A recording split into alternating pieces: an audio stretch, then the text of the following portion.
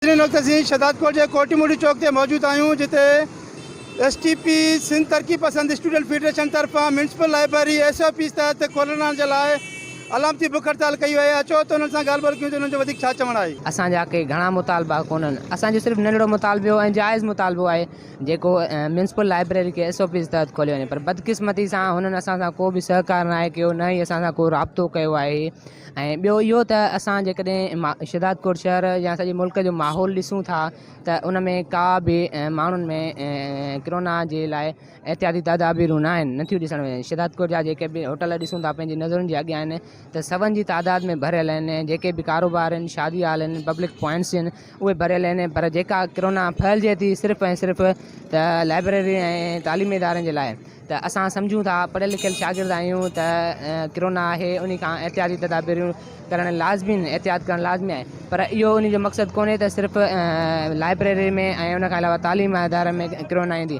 असांजी SC Shahdadkot DC कंबर खां मुतालबो आहे त असां के म्यूनसिपल लाइब्रेरी जल्द खां जल्द खोलाए ॾिनी वञे। शहदादकोट म्यूनसिपल लाइब्रेरी SOPs तहत खोली वञे, छाकाणि त तव्हां पूरे मुल्क जो माहौल ॾिसो था ऐं असांखे बि ॾिसण में अचे थो समाजी सरगर्मियूं थियनि थियूं, उन जे लाइ के बि बचाव जा उपाउ न पिया वरिता वञनि ऐं असां SOPs तहत लाइब्रेरी खोलण जे लाइ घुर करे रहिया आहियूं, पोइ बि असांजी उहा घुर न पई क़बूल कई वञे। ॿिया इदारा आहिनि उन्हनि में कोरोना नथी फैलिजे त बाबा लाइब्रेरियूं ई फैलिजो त असां मास्क पाईंदासीं, सैनिटाइज़र वग़ैरह पाण इंतज़ाम कंदा। जेकॾहिं हुकूमत इहो बि नथो करे ॾिए त असां पाण इंतज़ाम कंदासीं ऐं SOPs खे फॉलो कंदासीं। असांजी लाइब्रेरी अञा ताईं बंदि लॻी पई आहे, माण्हू परे परे खां ॻोठनि खां अचनि था। असांजी इहा शहर जी नंढड़ी लाइब्रेरी आहे ऐं उहे अचनि था ॻोठनि खां, काफ़ी दोस्त असांजा आहिनि जेके ॻोठनि खां अचनि था ऐं उहे अचनि था हिते लाइब्रेरी में पढ़णु ऐं शऊर हासिलु करणु।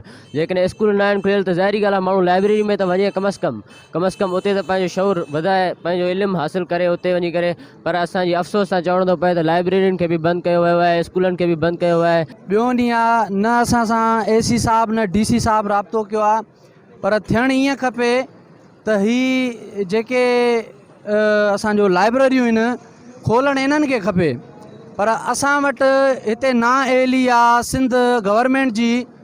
छो जो ॾिसो असांजे शहर शहदादकोट में पर पूरी सिंध में जेके होटल आहिनि, शादी हाल आहिनि ऐं ॿिया कारोबार आहिनि, सभु जेको आहे सो खुलिया पिया आहिनि ऐं हिननि खे ख़तरो आहे त सिर्फ़ु शागिर्दनि खां ख़तरो आहे, माना शागिर्दनि खे नुक़सानु पहुचंदो, कोरोना नुक़सानु ॾींदी शागिर्दनि खे।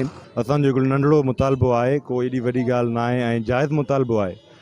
शहर जा सॼे मुल्क जा ऐं जेके बि समूरा इदारा आहिनि सभु खुलिया पिया आहिनि, फैक्ट्रियूं, कारखाना, सिनेमा हॉल, शादी हाल वग़ैरह, होटल सभु खुलिया पिया आहिनि। छा कोरोना सिर्फ़ु हिकिड़ो सुवालु आहे असांजो सिंध गवर्नमेंट कोरोना सिर्फ़ु जेको आहे तालीमी इदारनि ऐं दर्सगाहनि में आहे। हिननि मुतालबो कयो आहे हुकूमत खां फिलफौर जेको आहे सो जिते बि पूरे सिंध में तालीमी इदारा बंदि आहिनि या म्यूनसिपल लाइब्रेरियूं बंदि आहिनि उहे लाइब्रेरियूं खोलाए ॾिनियूं वञनि।